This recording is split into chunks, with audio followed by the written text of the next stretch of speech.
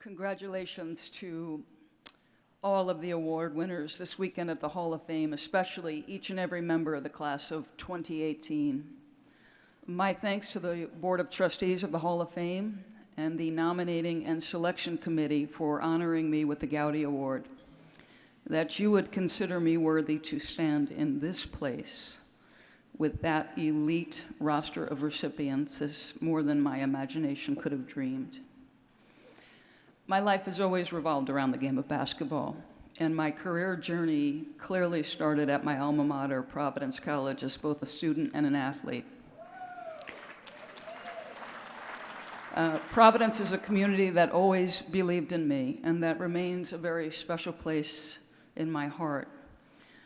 I arrived here this evening, teleprompter, wait 1 second.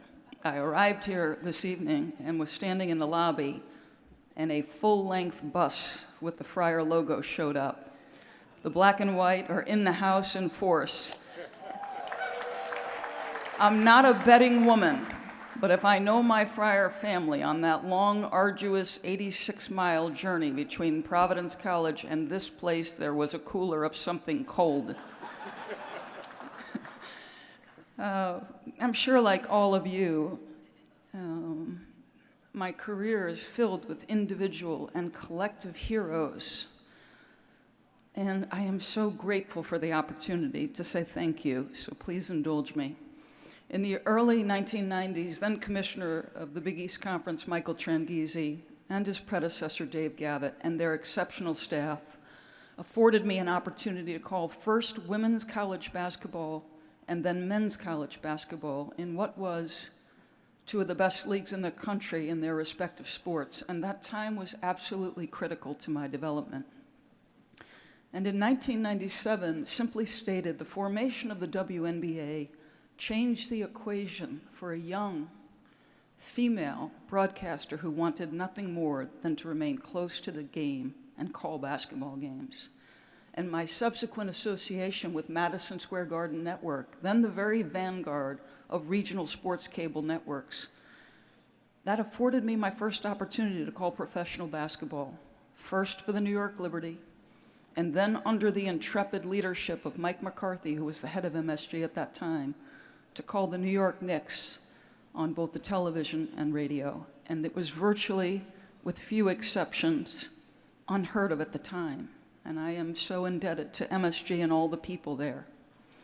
My association with ESPN began in 1991, and for over a quarter of a century, it has been my incredible good fortune to work alongside the very best of the best.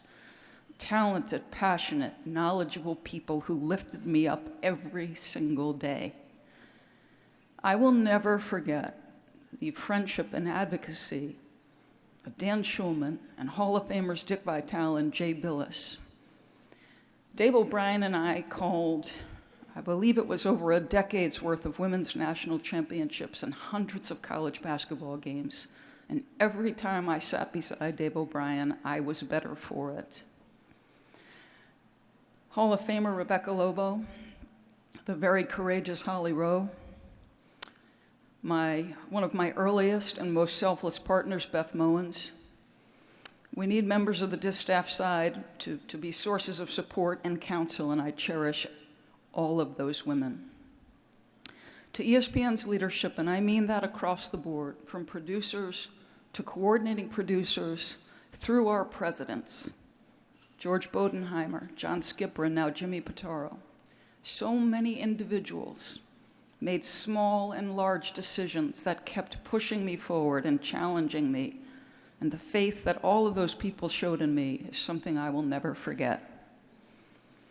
My assignments at ESPN are now exclusively NBA related, and I guarantee you everybody in this building knows that under the leadership of David Stern and Adam Silver, the NBA is the single most inclusive, open-minded, progressive sports league in the country, and both men's support of me speaks volumes.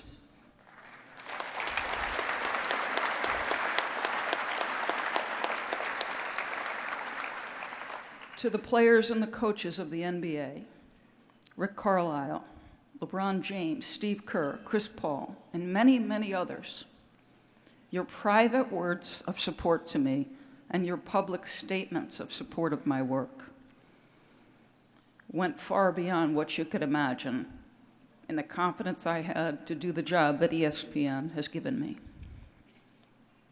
Our NBA team at ESPN is absolutely incredible. Producers, graphics, tape, camera. These are the genius of television that you don't see. Men like Dave Pash and Kenny Wolf and our NBA Finals crew, my producer Tim Corrigan, Mark Jackson, our elite host and the best play-by-play man in basketball, Mike Breen, and my bishop, Jeff Van Gundy, who is coaching USA Basketball right now. Their advocacy and their friendship means more than I can possibly express. And you gotta bear with me here. To my children.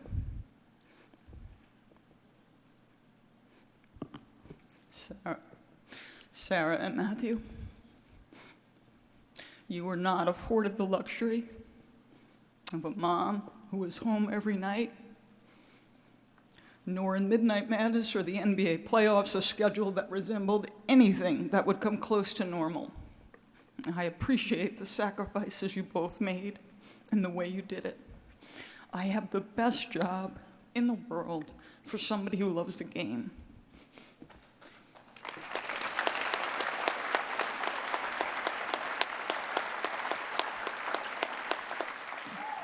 But that pales in comparison to the pride and the joy and the love I have of being your mom. God bless. Thank you.